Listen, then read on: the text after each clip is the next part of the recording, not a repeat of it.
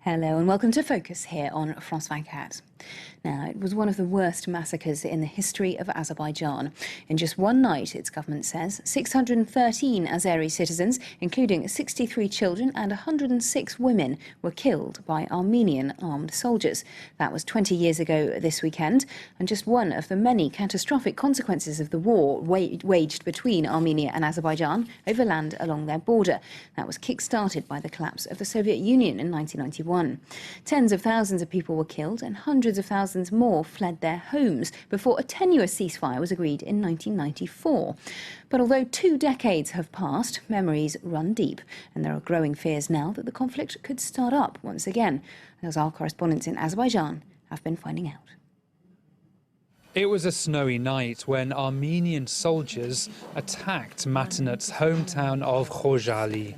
She fled with her family into the forest nearby, and it's there her husband and her 8-year-old daughter were shot dead.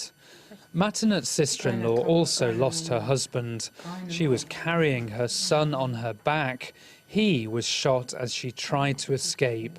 Only the daughter she was pregnant with at the time survived. It's a nightmare this family relives every day. Even now, after 20 years, we remember it like it was yesterday. We can't ever forget. In just one day, I lost my whole family. Anar was 10 years old when he escaped the massacre.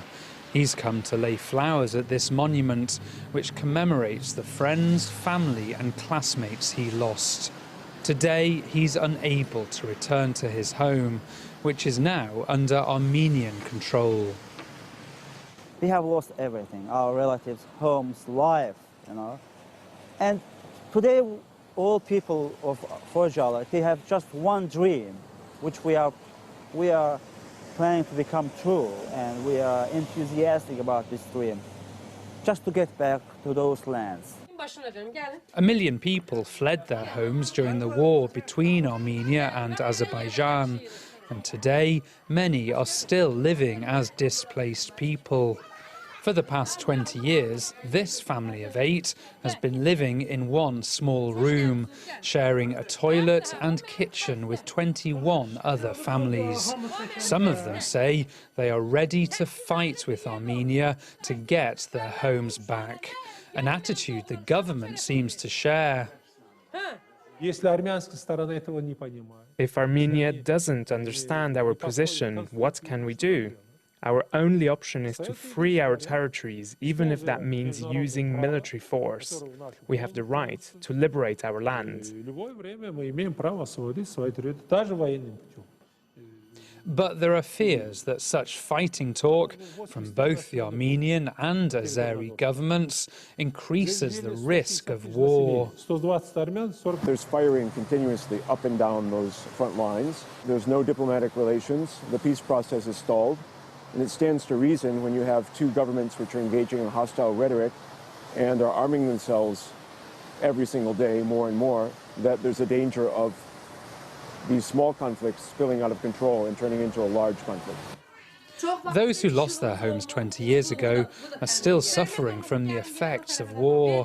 But with more sophisticated arms on both sides, a return to fighting today would have even more devastating consequences for the next generation. Well, I'm joined now from Georgia by our correspondent Marcus Mayer, who helped compile that report. Marcus, thanks for being with us. First of all, then, how justified are those fears that this frozen conflict could erupt into war once again? Well, the situation between Armenia and Azerbaijan is getting more and more tense, and that's because both countries claim ownership of border territories called Nagorno-Karabakh. Now Armenia controls them since the war, and Azerbaijan wants them back. So now both governments have been engaging in increasingly bellicose rhetoric. But not only that, Azerbaijan has also increased its military spending tenfold over the last few years. years, thanks to oil and gas revenues. And that means that its military budget is now bigger than Armenia's entire government spending. So that means that Armenia might now be tempted to provoke a conflict before Azerbaijan gets too strong militarily. Also, there's shooting at the front lines quite often, and several times a year, people die there as a result. So the fear is really that one of these conflicts or one of these incidents might degenerate into a full-blown war again. So clearly a lot of sabre rattling and a lot of tension, but is there any appetite for war among the people, considering that many of them went through so much last time? Well, it varies really. Many people say that they've seen the consequences of war and they certainly don't want any more of it. But the refugees who've been living in the dismal conditions we've just seen in the report for the last 20 years have had enough and they really want to go home now. Some of them even told us that they'd prefer to die fighting the Armenians rather than just go on living like this. And it's really hard to see how a compromise can be reached here because Armenia refuses to give up control over the land it now controls, and Azerbaijan is adamant that it should get it back. Also, some people suspect that both governments are demonizing each other and keeping animosity alive in order to deflect from their own domestic problems, and an enemy can be a useful scapegoat. So let's say that spark does ignite and a war does spring up again between Azerbaijan and Armenia. What would be the consequences of that for the region? Well, the problem really is that powerful regional allies might be pulled in. So, for instance, Russia is a military ally of Armenia, and Russia could therefore be pulled into a conflict. And on the other side, Turkey, which is a NATO member, has very strong links with Azerbaijan, and it doesn't get along with Armenia at all.